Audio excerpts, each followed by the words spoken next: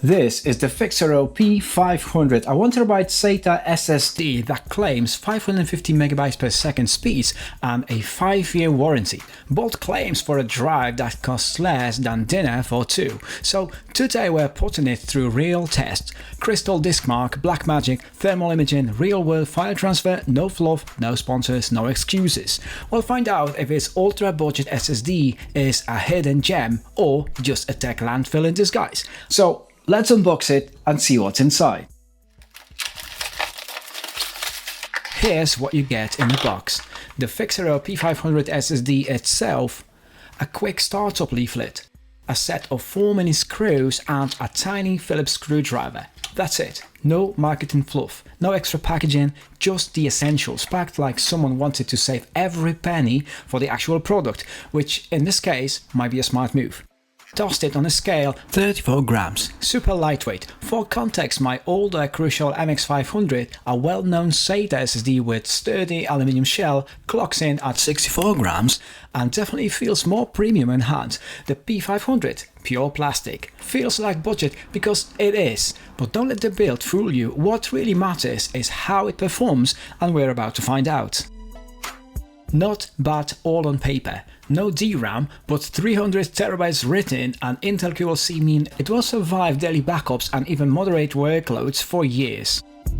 Slotted into a mini PC of a SATA 3, it actually exceeded rated specs. In 1GB test, 560 MB per second read and 516 MB write. In 4GB stress test, 559 MB per second read and 503 MB write. In 46GB stress test, 559 MB per second read and 504 MB write. For DRAM-less SATA SSD, that's fantastic. No dips, no slowdowns, just reliable peak speeds. I dropped it into a generic USB 3.0 enclosure, and as expected, speeds dropped, but that's the enclosure bottleneck, not the drive's fault. So in NTFS format, 274 MB per second read and 255 MB per second write. So I reformatted to exFAT for cross-platform use, virtually identical speeds. Lesson: the file system makes little difference for general use in this case. Plugged into a USB 3.2 port on my M1 iMac and tested using Blackmagic disk speed test. In exFAT format and 1GB test, 457 MB per second write and 225 MB per second read. In 5GB stress test, 247 MB write and 224 MB read. In native APFS format, in 1GB test, 231 MB write and 225 MB read. So Apple's native file system actually hurts performance slightly. Stick with exFAT if you want best results on Mac OS. While benchmarking, I recorded thermal data with an infrared cam, and after 5 minutes it peaked at 34 Celsius. After 30 minutes, maxed out at 36.5 Celsius. One hotspot at around 42 Celsius, that's the USB enclosure circuit, not the SSD. So translation: this drive runs cool. Cooler than your GPU and your morning coffee. I even threw it into a dusty, decade-old backup PC for fun. And results: identical performance, love that consistency. I moved 20 GB of real video files, about 150 files of mixed size. The SSD maintained a stable 220 to 240 MB per second read-write speed. Took about 4 minutes total. Extrapolated, a full 1TB transfer would take about 3 hours and 20 minutes. That's absolutely fine for archiving your content, photo libraries or old projects. And here's the nerdy bit. This drive doesn't have DRAM, meaning it uses slower flash to map data once its cache fills.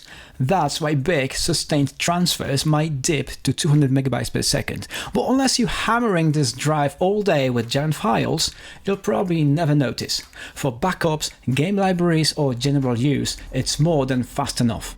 So is the Phixero P500 any good? Surprisingly, yes. You're getting legit SATA 3 peak speeds over 550 MB per second, Intel QLC flash, 300 TB written endurance, 5 years warranty, cool thermals, and real-world reliability across platforms. You're not getting fancy casing, DRAM, and PCIe level speed. But that's not what this drive promises. It's perfect for secondary storage, video or photo archives, old PC upgrades, and USB enclosures.